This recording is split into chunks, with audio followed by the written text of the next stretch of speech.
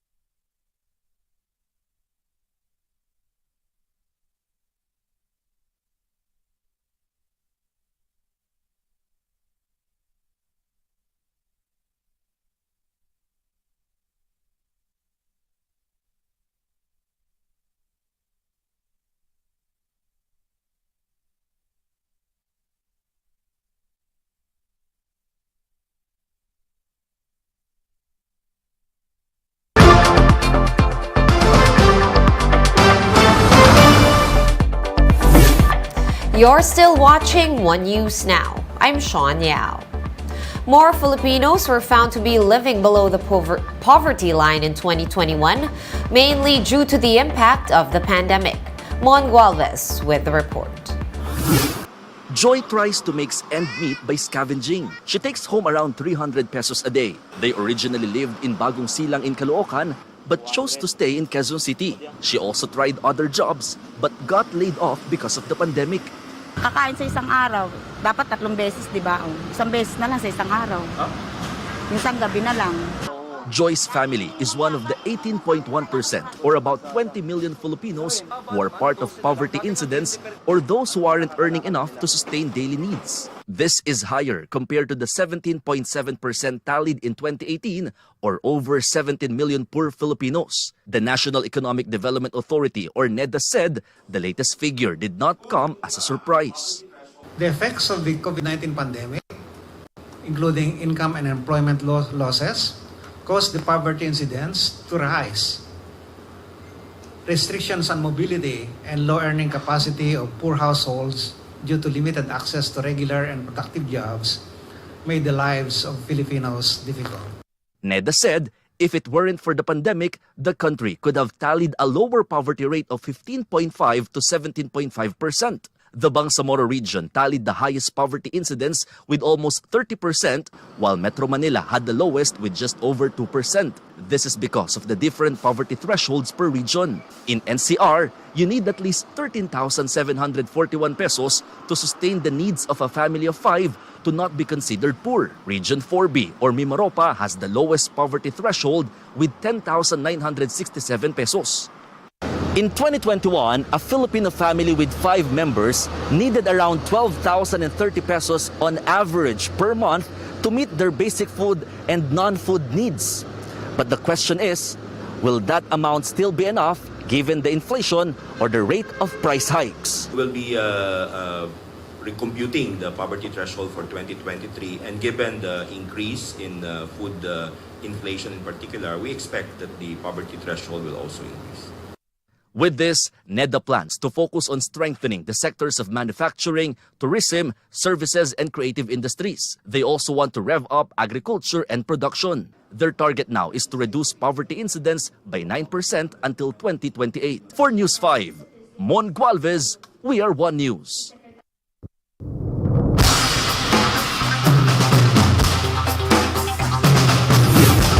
Let's check in on some of the latest stories from around the world. The Chinese military said it carried out more exercises near Taiwan after a group of U.S. lawmakers met with Taiwan President Tsai Ing-wen. Combat drills and patrols were held near Taiwan after 5 lawmakers, led by Senator Ed Markey, visited the island. This is the second high-level visit from the United States after that of House Speaker Nancy Pelosi. Britain becomes the first nation to approve a vaccine that targets both the original and Omicron variants of COVID-19. UK regulators approved the vaccine made by Moderna as a booster shot for adults. Clinical trial data showed that the booster triggered strong immune response against both the Omicron and the original COVID strains. Let's now take a quick look at today's other top stories. The U.S. Centers for Disease Control and Prevention has added the Philippines to its list of countries that are high risk for COVID-19. Travelers who are not up to date with their COVID-19 vaccinations are discouraged from going to the Philippines. Sugar Regulatory Administration head Hermenegildo Serafica has resigned from his post. Serafica is one of the signatories of the Sugar Importation Order, which Malacanang says is illegal and unauthorized. And the House Committee on Suffrage and Electoral Reforms has voted to postpone the barangay and SK elections. Lawmakers agreed to hold the elections on December 2023 instead of later this year. For more updates, visit News 5, The Philippine Star, and Business World online. Visit our website, onenews.ph, for more in-depth analysis. You can also catch One News on Signal Play. Register for a free account at www.signalplay.com and stream One News live anytime, anywhere. Masks on, wash hands, and stay safe, Philippines. I am Sean Yao. We are One News.